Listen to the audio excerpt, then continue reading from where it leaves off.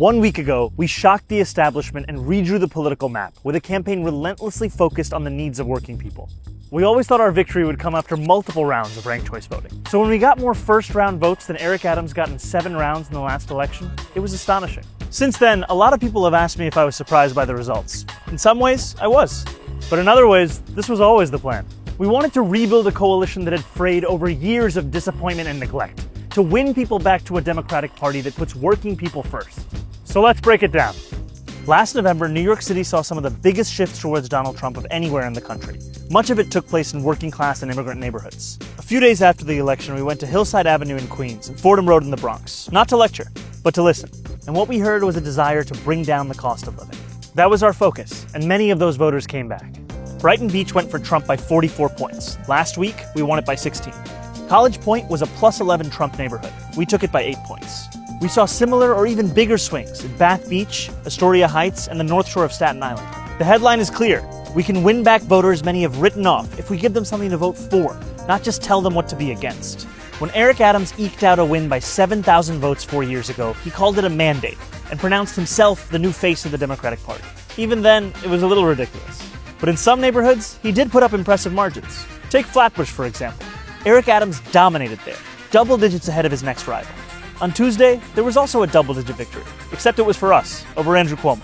We flipped Crown Heights by 45 points, North Corona by 33, and Jamaica by a staggering 57 points. These are the outer borough voters that Eric Adams said he'd bring with him to City Hall.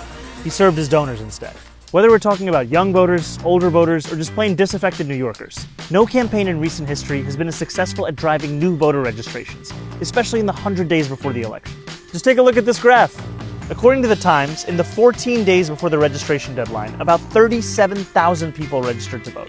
That's over 10 times the number of new registrations over the same period of time in the 2021 mayoral primary. As a result, we won big with zero prime voters, New Yorkers who had not voted in any recent mayoral primary. For instance, in Gravesend, at least 32% of all voters were first-time primary voters. Most campaigns focus on triple primes, New Yorkers who voted in the last 3 primaries. But this strategy ignores most of our city. Yet we knew that we could turn them out if they saw themselves in our policies. We ran a campaign that tried to talk to every New Yorker. Whether I could speak their language, आपकी वजह से हमने $8 million raise किया है, 6 लाख से ज्यादा दरवाजे खटखटाए हैं, or just tried. que se comprometa al bienestar. All the words are new! And the coalition that came out on Tuesday reflected the mosaic of these 5 boroughs. We won South Asian neighborhoods by huge margins in places like City Line, Ozone Park, Jamaica Hills. We won Latino neighborhoods like Corona, Washington Heights, Pelham Bay, and Woodhaven. We won many of the same Chinese voters that turned out for Trump in Flushing, Chinatown, and Bensonhurst. And in the final months of the campaign, we narrowed Andrew Cuomo's once sizable lead with black voters, outright winning young black New Yorkers in neighborhoods like Harlem and Flatbush. Andrew Cuomo and his super PAC spent more than $31 million. That's about $87 per vote.